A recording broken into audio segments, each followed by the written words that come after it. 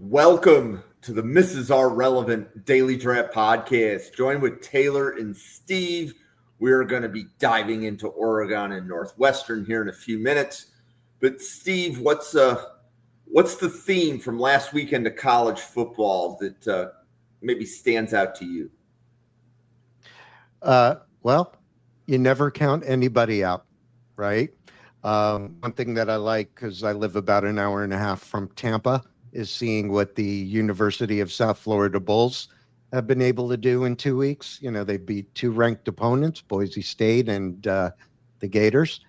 Illinois Duke was a good game. You know, we covered it last Thursday, but it did deliver, and I think, this exists in the NFL too. When you start out, you always have some rust, right? There's the optimism, the hype and everything.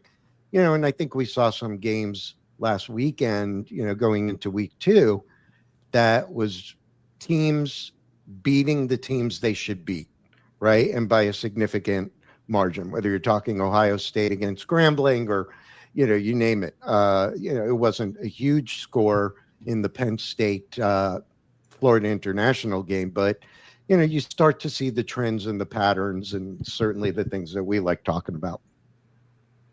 Yeah, and shout out to Taylor and Steve, because you guys called out Matthew Bailey, and he had a heck of a game against Duke. So great podcast last week. Nobody else was talking about Matthew Bailey, because I was talking about him to some other draft professors, and they're like, yeah, they don't think he's worthy of even covering on a podcast. And I'm like, well, the guys last week covered him. But Taylor, what sticks out to you about last weekend in college football? I think I gotta say the quarterback play overall, I think the Heisman race is gonna be so fun this year with Matayo and Nussmeier, Dante Moore, Carson Beck. You have Sellers still, Allard. There's some good guys. Castellanos is playing really well. So there's a lot of guys that you could, make a case for from the quarterback side of things, just in terms of the Heisman. So I'm excited to watch that play out throughout the course of the year. And we've got one of them that we're going to be covering here in a few minutes. Yes, we do. Yeah. So Oregon Northwestern. We have definitely – this will be one of the few times this channel covers Northwestern as a team. Taylor, who on the Northwestern side is sticking out to you draft-wise? Who's sticking out to me in terms of the high? Oh, we'll just go with the top. We'll go with the top. I think Anto Saka, is that his name? That I think is probably the highest rated Wildcat that I have. Caleb Tiernan's up there as well. But in terms of Saka, I think he's just one of those guys that's going to get to the quarterback. Like that's his job, right? He's going to get to the quarterback. He's not necessarily the biggest guy in run sport, but I'm a huge fan of what he can do. 3.5 sacks last season. So, I mean, he almost has that, I think, already this year, if I'm not mistaken. So I think he's a player that can rush the passer, and he looks to improve. What do you think, Steve? Yeah, that's funny. I actually had him down at more sacks last year, but okay. He's got a disruptive first step to him. Last year he performed very well in his game against Illinois, but he disappeared somewhat in the Penn State game last year. Whether it was the arm length and he's got a very dominant inside spin, but going back to the Penn State game, he was neutralized by their line, and he generated no pressures. I mentioned he's got a good spin move. When he gets double teamed, though, that's the struggle, right? Some guys can take it on and others can't. Mm-hmm. There's some length issues. I mean, I have him as either a late day 2 or an early day 3. There's elements of his game that remind me a little bit of Yannick Ngakoue, who had a very productive career in the NFL.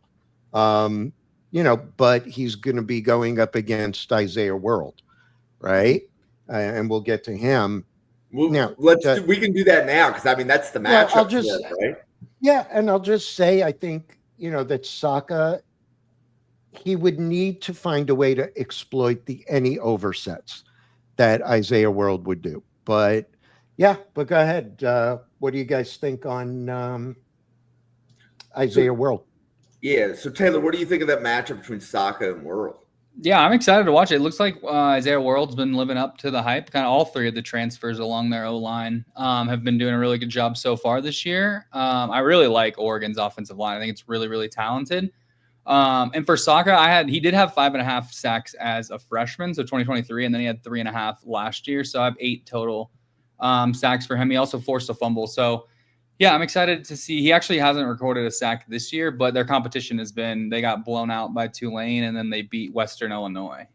So they haven't had a lot of competition. Like, this matchup to me is probably his biggest test of his career. I know he mentioned the Penn State game last year.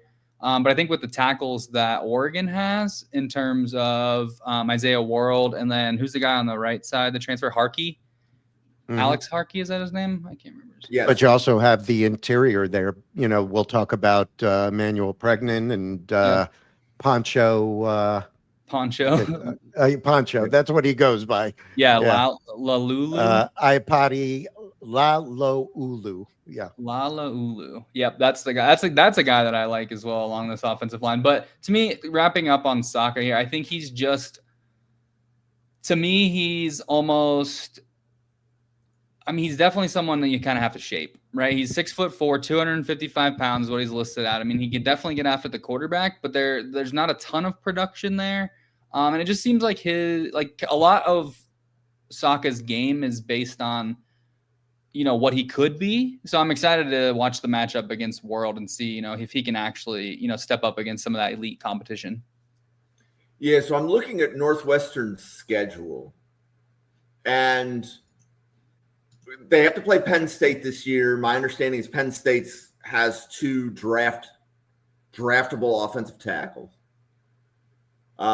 They play Nebraska and USC and Michigan, but as best I can tell, none of those 3 teams have tackles that we're talking about in this draft cycle. And then they have to play Minnesota and Illinois. And again, I don't remember us talking about it. Well, JC Davis is on Illinois. So for Saka, there's going to be a couple of games where that's the tape everybody's going to go to. And to me, it's going to be Oregon and Penn State again. Yep. Right. So this is a huge test for him, in my opinion. So do we want to flip over and talk about Caleb Tiernan, the offensive tackle for Northwestern? We can. I kind of just want to stay on that Northwestern D line for a second. Oh, okay. Yeah. So besides Saka, there's actually 2 other guys. Richie Hagarty, who's more of a rotational. I don't have a grade, on him. I look at him as undrafted. But I know Taylor and I, when we did talk this week, we brought up Aiden Hubbard. So you want to kick it off on Hubbard before we switch to the other side of the ball? Yeah, I got it. So Aiden Hubbard, I actually pulled these from the Northwestern game notes, but back-to-back 6 sack seasons. So he has 6 sacks in both of the last 2 seasons. He's tied for 10th in the program with 14 career sacks, and he's actually tied for the big, and I thought this was a wild stat. Over the last 3 seasons, he's had 13 sacks, which is tied for the Big Ten lead among active defensive linemen. So, yeah, he is one of those guys that is just like, I'm not comparing, this isn't a comparison, but like in terms of relentlessness, he's kind of like Max Crosby in that way. Like, he's going to give it his all on every single play, and the results are the results. He has, like I said, 6 sacks in each of the last 2 seasons. So that's 12 total. So, I don't expect that to slow down. I think he's going to, give what's his name? Harkey fits on the other side. Yeah. And he's also actually on Dane Brugler's watch list. So, yeah. But yeah, I think you hit it on. He came out strong in 2023 against Maryland. The opener against Tulane wasn't his best game. He did have a sack, but he kind of muted performances. But look, we'll talk about Oregon's offense. He's got an interesting matchup. You're going against Dante Moore, who can get outside here and there. He's got to set an edge. He's got to prevent them from their rushing success. But yeah, I wanted to make sure that we covered the three. Here's another interesting one. Jim, I had given you the name, the tight end, Duke Olgis. He actually plays defensive end as well. So, a little bit of that Iron Man thing going on. I was wondering about him because I don't even see him listed on their roster on the website. So I don't know if something happened, but he's actually not listed at all on the Northwestern football website. So I didn't even prepare notes for him. Okay, so we want to flip, and Northwestern has a second player that is going to be probably day 2 or day 3, and that's offensive tackle Caleb Tiernan. I have seen people put him in round 1 of mocks as well. So I think there's a range on him. Is Tiernan a projection if he goes in round 1, or do you guys feel that that's real? I personally feel like that's quite a bit of projecting. I would say I think he's 6'7", 325 pounds. Plays a pretty true left tackle. I think some people maybe think I think in my notes I have written down here from when we did the O-line podcast, right tackle ? Is what I wrote down. So I think he plays a little off balance to me from what I remember or from what I watched and I written down in my notes here. Sometimes he lunged at the defenders a little bit, kind of launched at them, and then they would kind of get him off balance and he would just fall forward. Which was some of the negatives that I saw. I think he struggles with his quick explosiveness, and I was just looking at it. I think in terms of going east and west, he's not great, but north and south, if he can get upfield, that's when he really thrives as a blocker. I think he's got strong hands. He looks like he has the length. He's able to move defensive linemen when they're in the run game, like I said, north south. And I think he plays pretty violently through the whistle, which I think is something that when I watch offensive linemen, I'm okay with that. That's something that I really want from my offensive lineman, maybe not from my star quarterback or something, getting thrown out. But if an offensive lineman's going toe-to-toe with a defensive lineman and he gets a penalty because he's too aggressive, all right, we'll live with that, right? If he's playing after until the whistle. So I like Caleb Tiernan. I had him as a day 2, probably closer to round 3 grade. I haven't really broken down my day 2 grades. I've just kind of all been lumping them together. But I would say if I had to pick right now, I think Tiernan is probably more of a day 3 guy. What do you think, Steve? Yeah, I think he's that fringe round 2, round 3. So yeah, that would still put him as a day 2. Mm-hmm. He's logged nearly 2,000 snaps, so he's reliable. He is physically imposing. Taylor, you went over, the size profile. I don't think he has the elite athleticism, right? And that may be the difference maker between, when he goes, maybe he could get on to Thursday of the draft, Friday, Saturday. But, like I said, he's got 2,000 snaps. He's got very good hand placement. It's a consistency thing. But, if I gave a word, I would say the word reliable. And he's going to have himself, a bit of a test against Matayo, on Saturday. Yeah. Yeah. So Oregon has several defensive linemen that we're going to be talking about. Probably the best or highest rated for draft purposes is Matayo Uiagalelei. How well did I say just call him ukulele because Bill's not here to correct me. So. Yeah. So Matayo Uiagalelei. I think it's Uiagalelei. Uiagalelei, thank you. And then Oregon also has Amare Washington on the defensive line. They have Bear Alexander. And they have, I saw one more. Oh, Teitum. The edge. Mm-hmm. Yeah, Teitum. Tuioti. Yeah. So there's 4 Oregon defensive linemen that we're going to talk about. But if you looked at Tiernan and Matayo, who do you think, Taylor, is going to get the better of that matchup? That's a great question. I'm actually probably the matchup I'm most excited for in this game because I think I have some question marks about Matayo, despite him having 25% of Oregon's total sacks last year. He had 10.5. as well as 6 QB hurries and also 2 forced fumbles. So Matayo is really productive on the field. I think, 6'5", 272. I think he's a guy that, it's probably in that day 2 range to me. So it's like 2 day 2 guys just going at it head to head. And I think that's going to be a really exciting matchup. The problem is it's hard to evaluate because, if we're being really honest, Northwestern's, they're bad. They're very bad. They're not a good football team. Like this, I would venture to say this score will be somewhere in the high 50s to the low zeros. I don't see anything going from Northwestern positively in this game. So it might look worse than it is. So you kind of have to pick apart the Caleb Tiernan reps against Matayo because I don't think the score is going to reflect maybe how well he plays because I think the team is real bad around him. Steve, how about you? How do you look at the Tiernan-Matayo matchup? Yeah, I give the edge. I like Taylor said, there's a couple of other matchups I want to see, but the big one is Tiernan, against Matayo. And that whole Oregon defensive front. It's literally a matchup, a nightmare matchup for most teams, right? They're going to want to try and stop the run and get to Preston. And I think they're going to be able to. Yeah, Tiernan is the anchor on that line, but I don't know, for the course of 60 minutes, how well he's going to match up. Here's before we keep going, here's, one of those weird facts that may only interest me. Now they're both Big Ten, but, they have only played each other one time, and that was 51 years ago.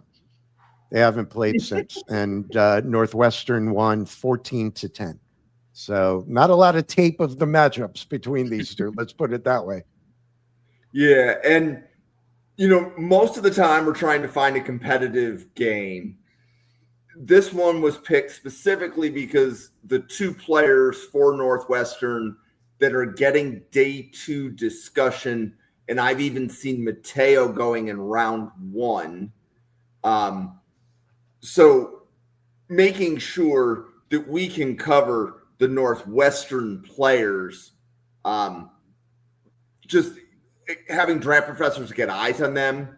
You guys may be the only draft professors that did a deep dive on Northwestern, right? Because you've already thrown out the name of one edge that wasn't even on the original player list, right? So from that standpoint, that's appreciated. Now we get to spend the rest of the podcast talking about all of the draft eligible players in Oregon, and they have a Heisman candidate.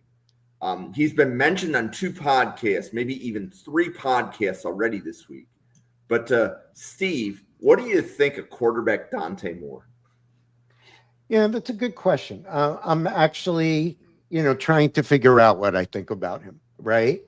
It's people come to this channel, right? I think you have, 2 very different kinds of people. The ones that get in the weeds like we do, talking 10, 11 months of the year of these guys, whose names are maybe going to get called in April.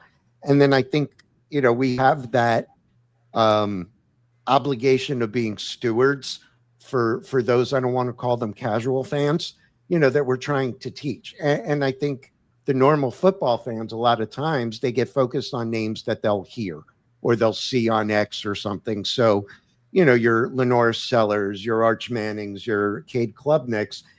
And here we're coming now with Dante Moore, right? And we're going to be aware of it. And I think other people are going to too. Came over. I believe this is his first year at Oregon. No, he transferred in 24 from he was UCLA. on the roster last year backing up Dillon Gabriel. Yep. Right. He redshirted. UCLA wasn't exactly inspiring. 11 touchdowns, 9 interceptions. And you could say UCLA. But, you look at the numbers so far. 6 touchdowns, 0 interceptions, about 500 yards. We could look at the Oklahoma State game, that just happened. He showed great deep touch and control. He's got a live arm. He's a very much skilled rhythm passer. I see him being real good in an RPO scheme. He can force some throws every now and again, but I think this will be another great week for him. And you see the traits that will have him rising up the boards, regardless of Oregon's schedule. The traits are there, right? And I think he belongs in the Heisman conversation. I'm looking to see where I wind up with him, once we get into November. Taylor? Yeah. This is someone that we should be talking about, but I don't think we should be talking about him for 2026. I think he's one of those guys that could easily be top 5 in 2020. It almost reminds me of, if he comes out this year, it's kind of like CJ Stroud, where he was able to play like 25, 27 games and then still go, and he'll probably have, because he's similar build to CJ Stroud. He's also similar build to Jaden Daniels. And when you see his ball placement, that's what I see. And I think he obtains Jaden Daniels level status with the NFL draft if he goes in 2027. I think when he goes in 2027, I think he is and I'm not going to say there's so many scheme fits and things you can't project that far out. But if I were to put my money on a guy being a top 5 pick in the 2027 quarterback class, I think Dante Moore would be a guy that I would stamp as a top 5 pick in 2027. So I think in the Oregon offense, like Dan Lanning's really good at building in the offense around the quarterback. We saw it with Bo Nix. We saw it with Dillon Gabriel. We're seeing it now with Dante Moore. 2 years in that system, and I think he's going to be, 3 really, because he was in the system last year. So if he can get 3 years in that system, get over 40 career games started by the time he goes to the NFL, I think he's going to be set up for much more success than if he were to go out just having played about 27, 28 games. Yeah. And let's do a little bit of a deep dive here on Dante Moore. Just let's say the pedigree. So Dante Moore, I believe he's from Detroit. He was a 5-star recruit. Yep. He went to UCLA, and let's just say it didn't work out. Something between the coach and the quarterback didn't click. Dante Moore consciously chose to go to Oregon in redshirt last year, right? He left UCLA. So when we were doing summer scouting on Dante Moore, we were looking at tape that was actually 2 years old. Right, because there wasn't anything on him last year, right? But we had Dante Moore in summer scouting really high. So if you go the Draft Professor, we have playlists. If you look at our podcast, we go playlist. There's a quarterback playlist. Go watch that quarterback playlist. Find the episode with Dante Moore, and you're going to hear 4 people breaking him down that include like Bill Sparks, Anthony Russo, and Durst. And we probably had a guest on as well. But everybody was high on Dante Moore, but they're high on Dante Moore because he was a 5-star, not because there was good tape at UCLA, right? Now we're actually seeing it in games with Oregon, and it's like, okay, so he's living up to some of his hype. Steve, who's Dante Moore throwing to? Would you like to introduce everybody to some of his skill positions? I'm going to pace myself because when we get to the tight end, I'm going to be a little manic, right? Because I am a big fan of Kenyon Sadiq, but I guess I'll start with you can start Evan with Sadiq. Stewart. He's probably No. Right? I'm going to build. We have to crescendo. Got it. Okay, it's a bell curve, Jim. It's a bell curve. All right, so let's start with Evan Stewart, right? Wide receiver, 6 foot, 170 pounds. He transferred from Texas A&M. He's another one. It was a former 5-star recruit. He had his production definitely improved last year a bit, coming over from TAMU to Oregon. He's a good boundary receiver. He's a separation threat. Let's see my other notes.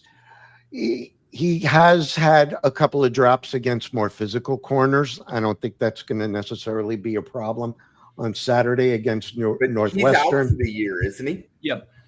Is he really? Yeah. I'm sorry. I believe he tore. I don't know if he's out for the year. I don't think they've said that. I think he tore his patellar tendon, so he could come back. Oh, then I'm talking about a guy that hopefully we've seen. Well, I was curious why you didn't go with Sadiq. That was why I was curious, because I'm like, they have another receiver. But, so Evan Stewart, we were high on him last draft cycle. Chose to go back to school. Then, as Taylor pointed out, he tore his patellar tendon. I also agree with Taylor. I said he was out for the season, but that did not come from Oregon. That's if you tear your patellar tendon, how long is that rehab? Is it better for Stewart to come back to a bowl game or just take the whole year off? Yeah. Right. So right. Good chance that Evan Stewart is going to get another year and will not be in the draft. But if he is in the draft, I think he would be, if he's on the board in round 4, you're going to trade up to get him.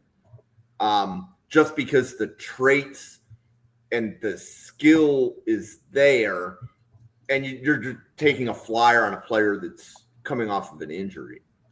But what other? So there's no better buildup then to talk about the tight end, considering I didn't have the injury. All right, Taylor, why don't you get started on Sadiq? Yeah, okay. Give me 1 second here. Let me get my notes. I am a big fan of Sadiq. He's one of my highest rated tight ends in this class. I think he's the best athlete. I think I said it on the when we reviewed the tight ends for the first time. I think he is. I don't know that it's even. It'll be close. It might be close. I don't know if it's close. I really don't. I think by far Sadiq seems like the most athletic tight end in this class. Now I think someone said it in the draft professor's chat. If he was 6'5", 6'6", we'd be talking about him as one of the best tight end prospects in a long time. And I think that's probably true, but he's 6'3", 245 pounds. Some other guys in that range that I think he can be similar to, Sam Laporta and Jonnu Smith. I think those are two pretty good, NFL tight ends to mold your game after. But like I said, he has a good athleticism. I mean, you saw the hurdle against Penn State in the college football playoff last year. I mean, that was one of the best highlights of the entire college football playoff. But he's equally as good of a blocker, maybe, as he is athletic. And I think that is something that no other tight end in this class has both, the way that Sadiq does. So while I didn't have him initially with my first scout as the tight end from summer scouting as my tight end 1, but it's pretty hard to leave him outside the top 1 moving forward. And I would be very surprised if he wasn't the first tight end off the board. Yeah, for me, I think I go back and forth right now between him being my tight end 1, I'll call it tight end 1A, and Eli Stowers or Vanderbilt being my B. I know there are guys that are in the draft professors that really like Norfleet, and I could see that too. But yeah, I think he hit on the key points with Sadiq. He really is a freak athlete, right? And I love the Jonnu Smith comparison. I couldn't agree more. His route tree right now is kind of basic, but it's going to expand, right? But given his size at 6'3" and his ability as a blocker, and earlier today, I actually went through an exercise because, obviously there are some years where you see a lot of tight ends that get taken early but I actually did some research on comparing Sadiq to tight ends that we've seen drafted in round 1 over the last few years. So in round 1, yeah, Dalton Kincaid, Brock Bowers, and then in 2025, Tyler Warren and Colston Loveland. Profile wise, he compares more to Brock Bowers, right? That's 6'3", just sub 250. He's an inch shorter than Dalton Kincaid. He's about 3-4 inches shorter than Warren and Loveland. But I think where he may stand out is his ability, despite the 6'3", as what he can be as a blocker. And I can't wait to see his testing numbers for speed. I just can't wait. Yeah. So I'm very high on him. Like I said, right now, tight end 1A. Yeah. Well, staying with the offense, then the pass catchers, I think we only had one on the list that we got, I believe. Was the only wide receiver that was on the list that I'm looking at was Evan Stewart. Okay. Mm-hmm. Yeah. Their leading receiver right now is Gary Bryant Jr. and Malik Benson, who are both seniors. So they're both draft eligible. They both have 7 receptions and 2 touchdowns so far. So 2 names to watch. I don't have grades on them yet, but those are the 2 draft eligible wide receivers in this Oregon offense. But let's start talking 2028 because DeCorian Moore, oh my goodness. I mean, that's a true freshman. I I have to shout out Brandon Finney Jr. as well for Oregon. He's the starting cornerback, also a true freshman. So they're starting 2 true freshmen at essentially skill positions, and they're both thriving so far to start the year. I think DeCorian Moore is – we don't have to talk too long on him, but I love DeCorian Moore. I would not be shocked if he was a first-round pick in 2028. Oh, no, I love – people are here to get names. Yep. DeCorian Moore is definitely one to watch. That's what we do. He is – I think I saw a stat on here. He's only the second true freshman to start a season opener for Oregon, which is a wild stat because Oregon's put so much talent into the NFL. Yeah, DeCorian Moore is just – he wears number 1. What's cooler than being a wide receiver wearing number 1? Nothing. Just nothing. So one other, let's say, storyline with the Oregon skill positions is coming out of summer scouting. I think Makhi Hughes was high, like in the top 10 of a lot of running back boards, but he is not getting the snaps at running back for Oregon that people expected. So Makhi Hughes could possibly be going from top 10 summer scouting to undraftable, just based upon snap counts from what some of the draft professors are saying. But Taylor, where are you on the Oregon running back room right now? Yeah, I mean, he had back-to-back 1,000-yard seasons at Tulane, 7 touchdowns the first season, and then 15 last year. So it's hard not to get excited about him from a summer scouting standpoint. But let me introduce you to Jaden Lamar and Noah Whittington, who rank 5th and 6th nationally with over 11 yards per carry. So it's not that I've looked at the tape. I watched some Oregon, a podcast talking about football, and it's not that Makhi Hughes hasn't got the touches. He hasn't looked good with them. He hasn't had the production. He hasn't had 11 yards per carry. He hasn't scored 4 touchdowns like true freshman running back Jordan Davison. So there are a lot of high quality mouths to feed in that offense. Now, I believe that I don't know if Jordan Davison will, because he already has 4 touchdowns. I'm guessing he'll play the whole year. I believe there's another freshman that got carries, Dion Moore or something like that. Dion Moore Jr., something more junior. He got some carries early in the season too, but I think he'll probably end up redshirting. So just playing like 4 games before they get to conference. But as far as Makhi Hughes, like, it's hard. I definitely wouldn't have him inside my top 10 running backs right now. He's just not going to have the volume. It doesn't seem, and it seems like they like some of these other players better. So it's interesting kind of to see that. I mean, they also have another guy who's a senior or junior, I believe, Jay Harris, who's 6'2", 224. So he's eating up some of those touches as well. Dyer Hill was his name, by the way, number 23, true freshman. But yeah, Jordan Davison, 6', 236. Jaden Lamar, 5'11", 205. Whittington's 5'8", 203. He was the one that really impressed me the most from watching the Oklahoma State tape. I thought he played early and he played until the game was out of reach. So it seems like Noah Whittington to me is the guy, at least in passing downs. He was able to pick up pass protection better than any running back that I saw out of Oregon, which I thought, they were facing Oklahoma State, who's one of the worst Power 4 teams in the country, but he still looked good picking up the blitz as a running back, and that's one of the hardest things to do, especially in college. So I think Whittington for me right now is probably the highest out of these draft-eligible running backs. But I'd be curious, Steve, who you like the most. Yeah.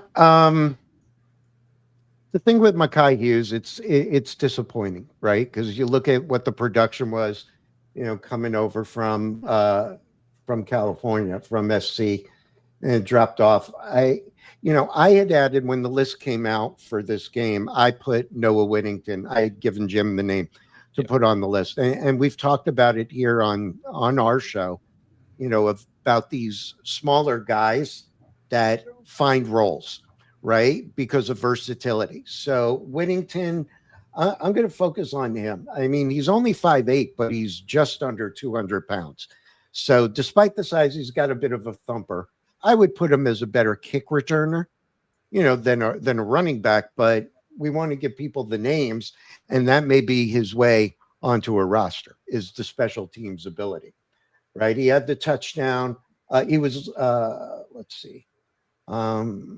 20 2022, almost 800 yards, 5 touchdowns. He barely played in 2023 because of the injury. He did start off this season, with a touchdown. He could burst through the crease. Got to worry a little bit about his ball security and his durability, given the injury history. But I liken him to like a Dion Lewis. But he's an intriguing one, and Noah's a guy that I could see getting some sneaky touches and some production this week, especially behind the O-line, and we'll get into them a little bit more. Yeah. Yeah, I think it'll be interesting to see how their running back rotation shakes out because the game was out of hand so early at Oklahoma State. But if I'm being honest, like I said, I kind of expect that again this week. So to me, there's probably going to be 5-6 running backs getting touches throughout the course of this game. So it'll be interesting to see. But I think there's some talent in the running back room. There's not enough ball to go around. Yeah. Okay. So you want to stick with the Oregon offense and make sure that we cover the entire offensive line, because I think there's about 4 or 5 offensive linemen on Oregon that could hear their name called on one of the days of the draft. Taylor, which offensive lineman for Oregon do you have graded highest right now? Right now, the highest graded offensive lineman I have for them is, I think I'm kind of in the same boat with where Tiernan is. I have Isaiah World and I have Iapani Laloulu. I already forgot how to pronounce Laloulu. Laloulu. Okay, yeah, Iapani. He is Poncho, as they call him. To me, he's the one I'll talk about first, and I'll leave the tackles to Steve. But I think Poncho is he's like, I keep saying this with centers, but he's probably going to go in round 4, but he's a plug and play center. He's going to start from day one. I could easily see that. He has the ability to, let me pull up my notes here on him. But when I looked at him, I graded him as a late day 2 projection. He played at right guard in 2024. But however, his game that he played at right guard was graded a 47.3 on PFF. So it's pretty clear to me that he's a center. But he has a good snapper. I didn't see any inaccuracies with his snapping, which I thought, some guys can get a little erratic back there. But he's quick to the next level, athletic in space, and he's always willing to hit someone, which I'm a huge fan of. I think he has a low PFF run grade, but when I see him in run blocking where he's able to, double team defensive tackle and then work his way up to the next level, I'm really impressed by his ability to do that. So that might grade out a little bit higher on tape than what the analytics kind of say in terms of his run blocking. But he seems like a plug and play center to me. And I think a team like the Lions, who are in need of a center, or even the Broncos, who haven't had a center in several years, I think there's several teams that he could fit. And I would be excited to see him, early day 3 of the draft. So he's probably the one that I would have. I just want to talk about him because I think centers get underlooked a little bit. Cool. Yeah. Steve, which offensive lineman on Oregon do you have graded highest? Yeah, definitely for me, it's World. But I'm going to piggyback on Taylor with Laloulu, Poncho.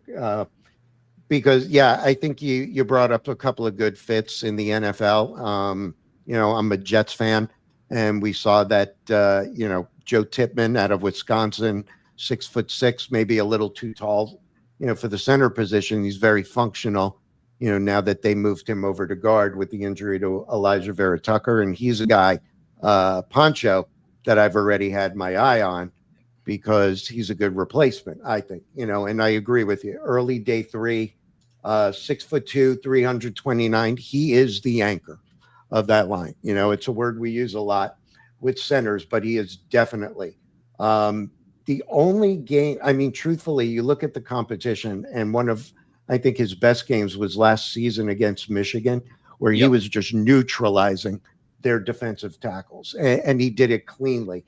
He struggled, interestingly enough, against the Huskies last year. They threw in some different angles and some wide shades, but He's got good leverage and torque.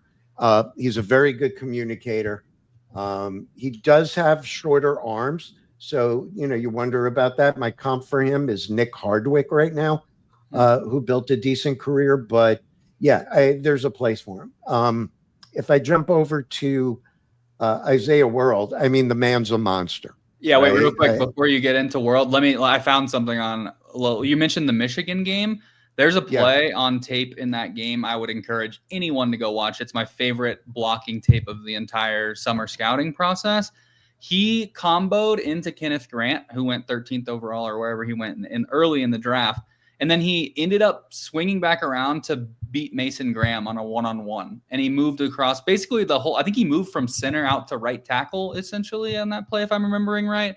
It's one of the most insane, I think, blocking plays that I can remember seeing. And then also I just found this in Oregon's game notes.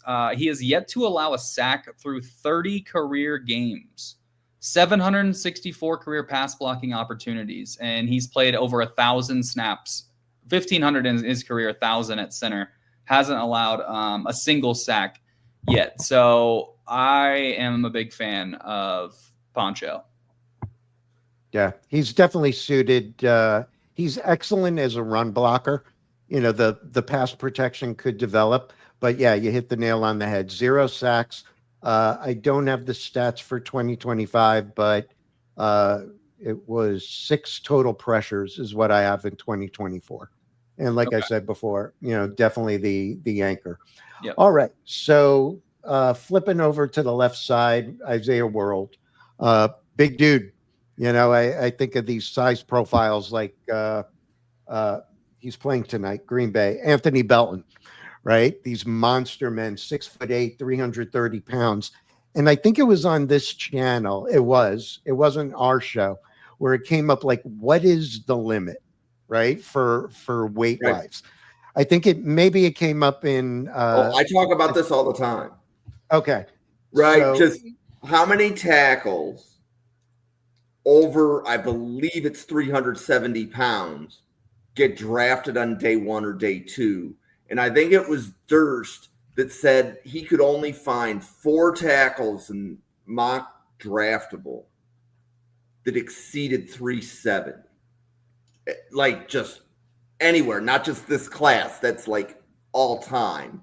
So if a tackle is bigger than 370, it's actually a flag, right? So the Caden Proctors, and you're saying, Steve, that World is in that stratosphere as well?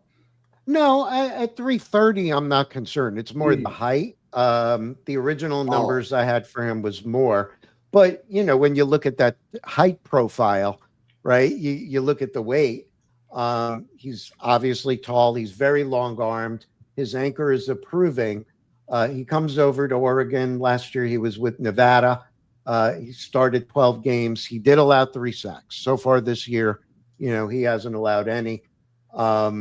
Best game that I looked at for him as I was going through the 2024 tape from Nevada was San Diego State.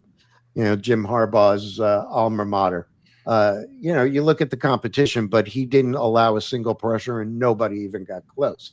Whereas, a few weeks later, he was playing USC and he really got tricked into giving up a couple of pressures. He is vulnerable to some inside moves. His pad level is a little high, but I still have a late day 2 grade on him. I think, going within the top 60 is realistic. I compare him a bit to Colton Miller, right, of the Raiders. There's certain things. I think we mentioned it earlier in the show. He'll be against Anto Saka, and Saka's got some of those inside spin counter moves. So that's going to be the key, right, if he could beat those. Taylor, what else do you think? I think for World, I think probably the number to hit is 350. I pulled this up. NFL has a combine IQ thing where you can see all the players drafted. And I just sorted it by height and weight. I'm seeing 8 tackles drafted since 2003 that weigh 350 or more pounds. Makhi Becton is one of them, who now famously plays guard. Isaiah Wilson is another one, drafted the COVID year. I don't think he starts, if I'm not mistaken. Max Starks in 2004.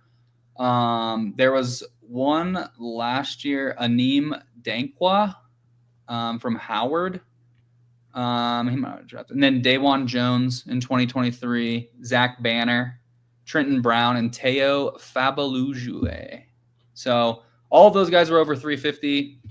Do with that what you will. I think that might be the line, right? I think 350 might be where I'd call it, at least in terms of getting drafted, and certainly getting drafted early in the draft, right? I'm pretty sure the only one of these that was drafted on day 1 or day 2 was Dawan Jones was a 3rd-round pick, wasn't he?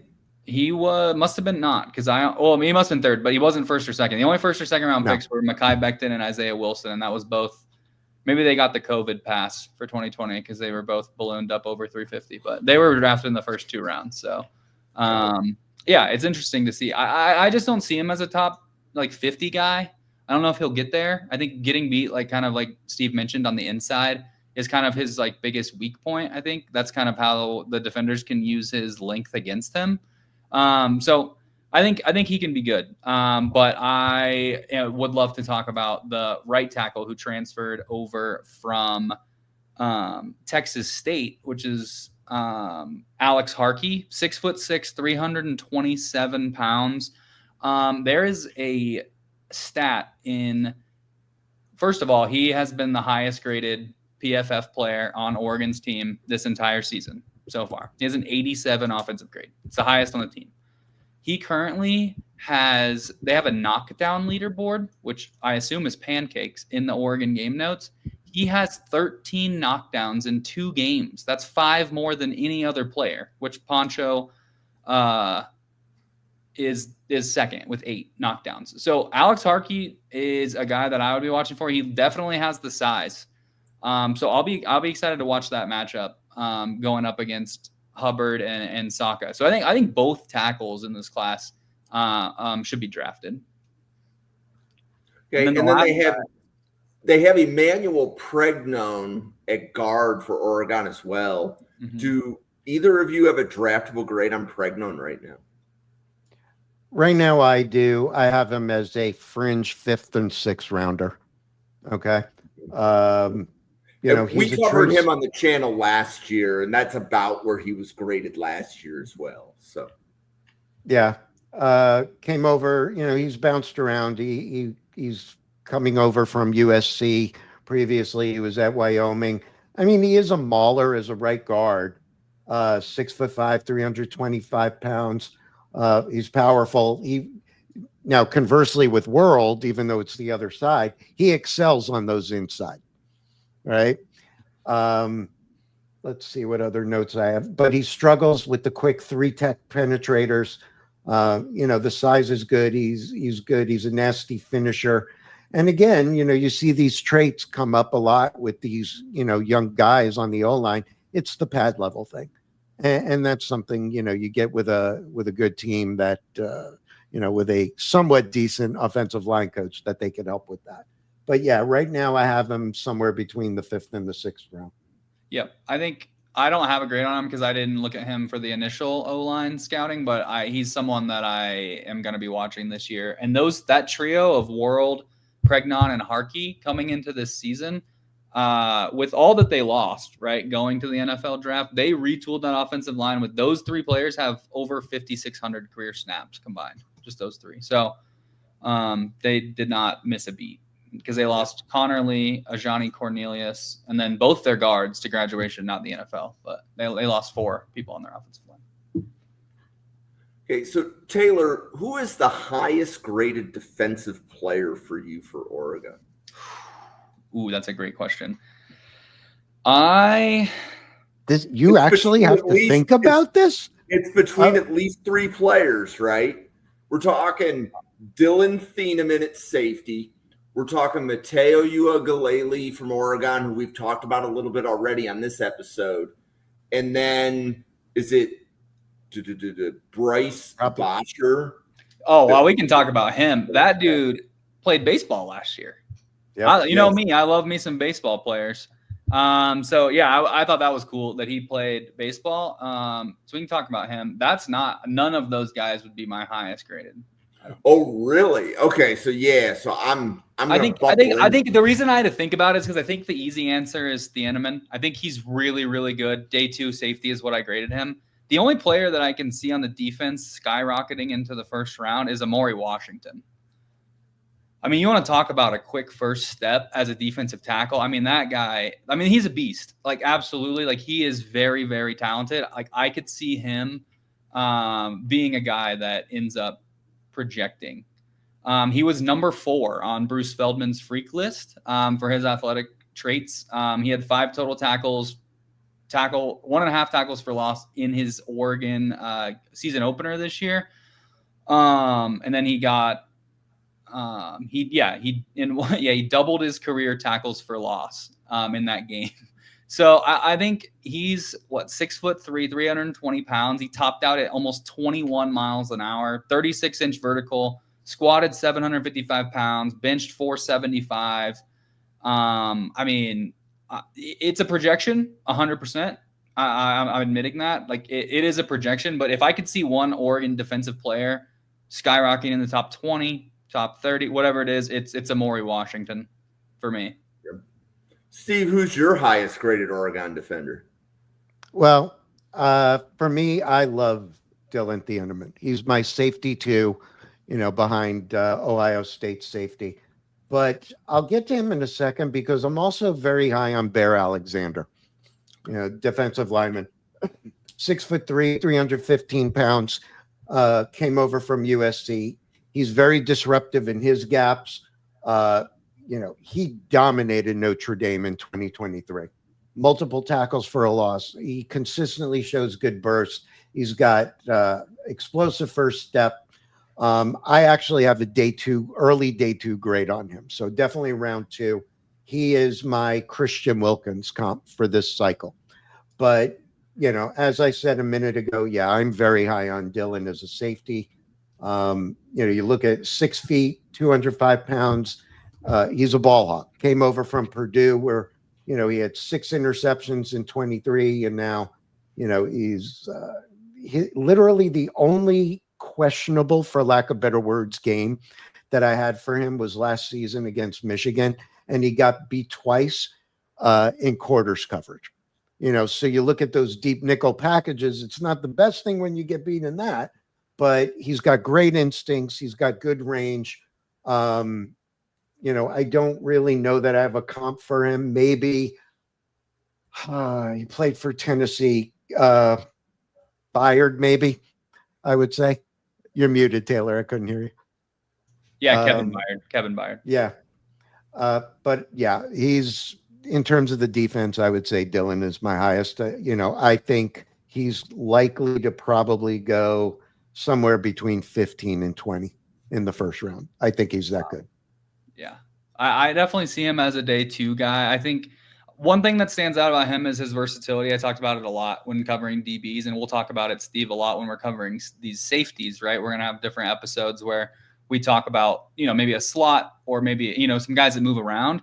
He plays 60% of his snaps free safety, deep free safety, 15% in the slot, and then 25% in the box. So his versatility, his ability to move around, I think is really impressive.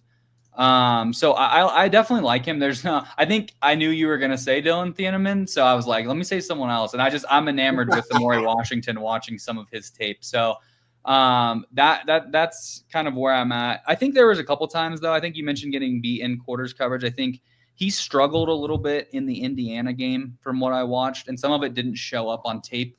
Or some of them didn't show up in the box score. I think he was beat deep over the middle and the ball was overthrown. So that's not going to go against him in any stats. I think they coming downhill on a couple of jet sweeps, or at least one jet sweep I wrote down. He was a little bit late getting down, so he was able to get the edge. So there's a couple things in his game. We're nitpicking here. He's a top 50 guy for me as well. Yeah, I'm having a hard time seeing Thieneman drop beyond pick 32 to Buffalo. I'm just saying. My only rebuttal to that is, and this is no offense to Dillon Thieneman, but if Malachi Starks is going 27, you got to think Thieneman's Yep. should go like 40. Well, I know, right, because the same thing. I know each class is different, but to me, like, he's one of the best, like, safety prospects we've seen in a little bit, and he was still going to the back half because the positional value is so skewed. Yes. So the issue to me is, like, when you're picking at the back of round 2, will the player get to you? Excuse me. When you're picking at the back of round 1, will the player get to your second round pick? Because usually on draft boards, player 25 and player 55 have really similar grades. Yep. So even though one's a first round pick and one's a mid-second round pick, right? Because we also saw that with Tyler Nubin, right? There was a lot of people that had Tyler Nubin with a first round grade, and he falls to the Giants in round 2, for example. Yeah. So well, I think another example is in this last draft class. You saw Xavier Watts, who everyone was talking about as one of the best safeties in the class. Like, really talented. Obviously, showed it in big games. He was really able to solidify himself as like, oh, this is a plug and play starter at safety. And the Falcons got him in the 3rd round. So to me, it's like the positional value is just, it knocks down safeties so much. I would be pretty shocked if he made it into the top 20. Okay. And I think what you just said, Taylor, is true for safeties, centers, and running backs. Right? Yeah. You're falling to like round 3 and 4. And I think what I like to point out is, if a round 1 grade usually means immediate starter, and then if you're giving somebody a round 2 grade, you're expecting them to start soon. Yep. And then even a 3rd round grade, it's a starter with a projection. Whereas when you start going to day 3, you're saying, okay, the player can have time. There was a really good graphic on Twitter somebody shared yesterday, I believe. Yep, I got it right now. Yeah, so they were showing, the graphic showed all of the different draft picks and how much they played week 1 in the NFL. Mm-hmm. And there was only one person drafted on day 3 that started at a non-special teams position, and he happened to be filling in for an injured Tre'Davious White. So I think I tweeted that from picks 167, which was Jackson Slater, all the way to pick 257. So the last 9, basically the last third of the draft, there was only one non-special team starter. And like you said, was filling in Dorian Strong for Buffalo. So honestly, kind of crazy, because if you keep going up from there, I mean, really, you've got some DBs that are playing some time for, like Makhi Siegel, shout out to K-State. He was a 100% starter in the 5th round. So there was definitely a couple guys here and there, but like, it is definitely, if you're drafted in round 1, you're expected to start and you're expected to play. And that's pretty much what we saw from every single one, except for with the exception maybe of a quarterback, right? Yeah, correct. You draft a guy early because you have the 5th-year option. Yep. Anyone on injured reserve or Jackson Dart, basically. And then some of the edge rushers and tight ends, I think they don't get used as much because they're, personnel dependent, right? So that graph was great. I really enjoyed looking through that. It just really showed me how much maybe we undervalue special teams on day 3 as evaluators. So why don't we pause for some podcaster identification?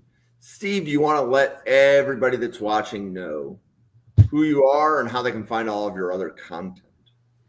Sure. Yep. So if you haven't figured it out lately, my name is Steve. The X handle is in the description at Steve SWFL. That's also the how you find me on YouTube. I host a show called Talk Tape and Turbines. Get a lot of participation from other draft professors on there. We do, NFL game previews. I'll be doing Buffalo and the Jets tomorrow morning with Randall Slifer, and preview show of week 2 with Bill Sparks.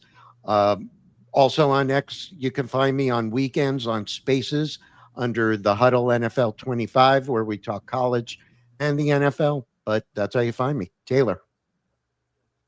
You can see right down below. Well, it's kind of cut off now, but website footballwithchala.com has my blog. You can go look at it. Just post my picks for college for the NFL. I'm pretty active on Twitter. I'll sometimes go down rabbit holes where I just look up a stat, like the quarterback stat today. If you want to go look at that on my Twitter page, you can see the average amount of starts that quarterbacks have had going into the draft and where they were drafted in the first round and top 10. So it's broken down with how many games a quarterback needs to play in college in order to have success in the NFL. So things like that are normally just what I'm posting about, reacting to stuff like the graphics. I don't do a lot of content, but I have a YouTube channel, Football with Shaw, as well, kind of breaking down some quarterbacks. But, yep, those are the places you can find me. Cool. So, Taylor, I saw that quarterback breakdown. That was really good work. Just shout out, right? Yeah, I had to do some actual hand math for that. So that was kind of, it took some time, but it was worth it because I was like, I was ready coming into this podcast to say Dante Moore, take him in the first round, 2026. After I looked at that stat, I was like, take him in the top 5, 2027, because he just needs one extra year, a few more games. Like I think it was 36.6 on average. First round picks, 36.5 games started in college. Top 10 picks, I think it went up a little bit to about 30, a little over 36. And then for busts, so I just determined that as people that didn't play 75% of the games for their team they were drafted by, or they were cut, like Sam Darnold or Justin Fields, or he was traded. Like all those guys, to me, are considered bust because the pick's a bust, not necessarily the player. Like Sam Darnold's a great example. Terrible pick. I feel attacked right now because there's a common denominator going on here. If it makes you feel any better, Paxton Lynch was also on the list. So, but yeah, it's like a top 10 quarterback that didn't hit in the NFL over the last like 10 drafts. They were only starting on average 28 games in college. I think there was 2 outliers that I really saw, and it was CJ Stroud, who started 3 years, by the way. And then it was Josh Allen, who we know how famous Josh Allen is. And that was a process, right? That took 2 years in the NFL before that even transpired. I mean, you could see flashes, but it wasn't what Josh Allen was now. So really you want to get up above 35 games, I would say, or more. Yeah, the more the better. Because I took a look after I saw your thing. I took a look at the 2024 cycle, and you look at the 2 guys that played the most games were also, now granted, fit plays a role in it, right? But Jaden Daniels, who started 55 games, and Bo Nix, who started 61. Yep. And you look at the other guys, Caleb Williams and Drake May, and like I said, coaching matters. Taylor, you commented on it, saying, there's a lot of different things that go in, but look where they went. Not only the playoffs, but linchpins in turning around the franchises. Yep. I think Drake May was the one that had only 30 career starts in college. So he's the lowest of that group. He's already kind of shown a little bit, but has some work to do, I would say. So if you're new to the Draft Professor, we're here every day at 7 p.m. and 9 p.m. So Taylor and Steve, every Thursday, 7 p.m., they're here. We have another podcast that's coming on at 9, previewing the Alabama-Wisconsin game. So in the month of September, we're previewing games. This podcast next week is going to preview the TCU-SMU game. And that should be really good because there are some players in TCU specifically that need to be talked about more. So definitely looking forward to that. And I believe Randall Slifer will be on with Steve because Taylor is taking a sick day, I heard. So.